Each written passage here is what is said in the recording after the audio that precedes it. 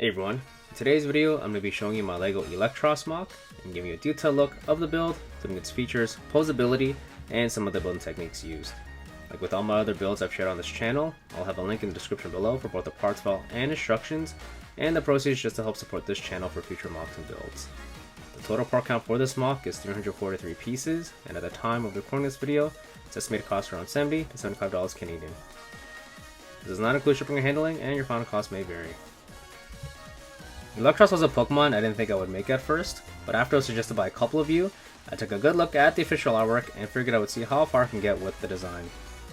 Eelektross is known for being the only Pokemon to have no weaknesses, and was introduced in Gen 5, but I've only played Pokemon Black once, and I don't think I had this on my team at the time.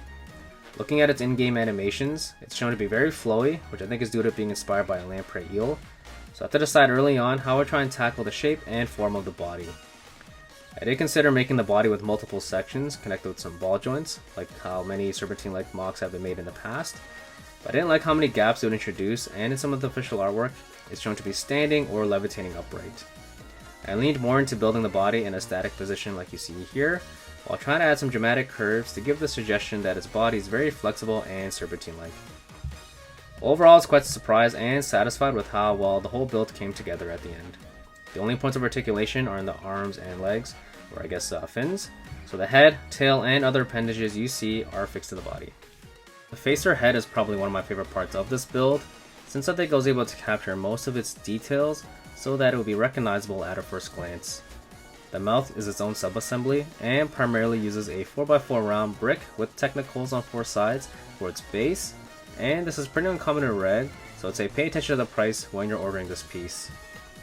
The teeth that attach onto the sides are just done with a couple of pieces, and I knew I wanted to use these 1x1 vertical claw plates to resemble its mouth design when viewed from the front.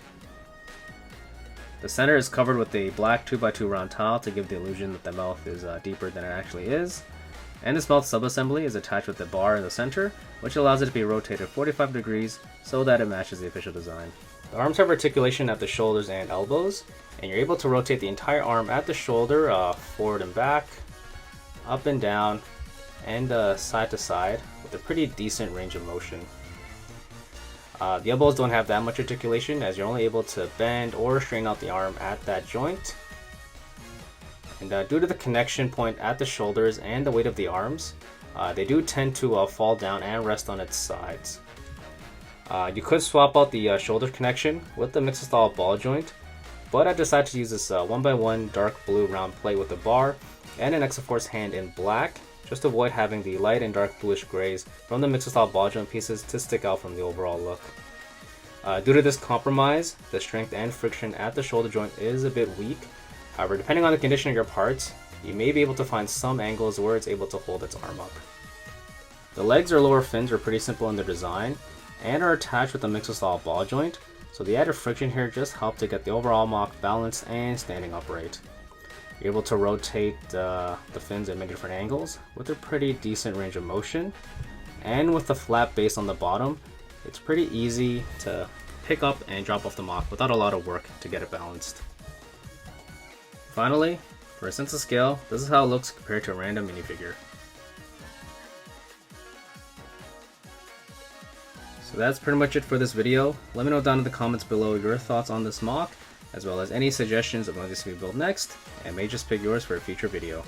I usually post all my MOCs or designs on my Instagram and TikTok first, and also have a bunch of other LEGO Pokemon MOCs uploaded on my channel already, so feel free to check them out, and a couple of them will show up on screen shortly. Anyway, I hope you guys enjoyed this video, and thanks for watching.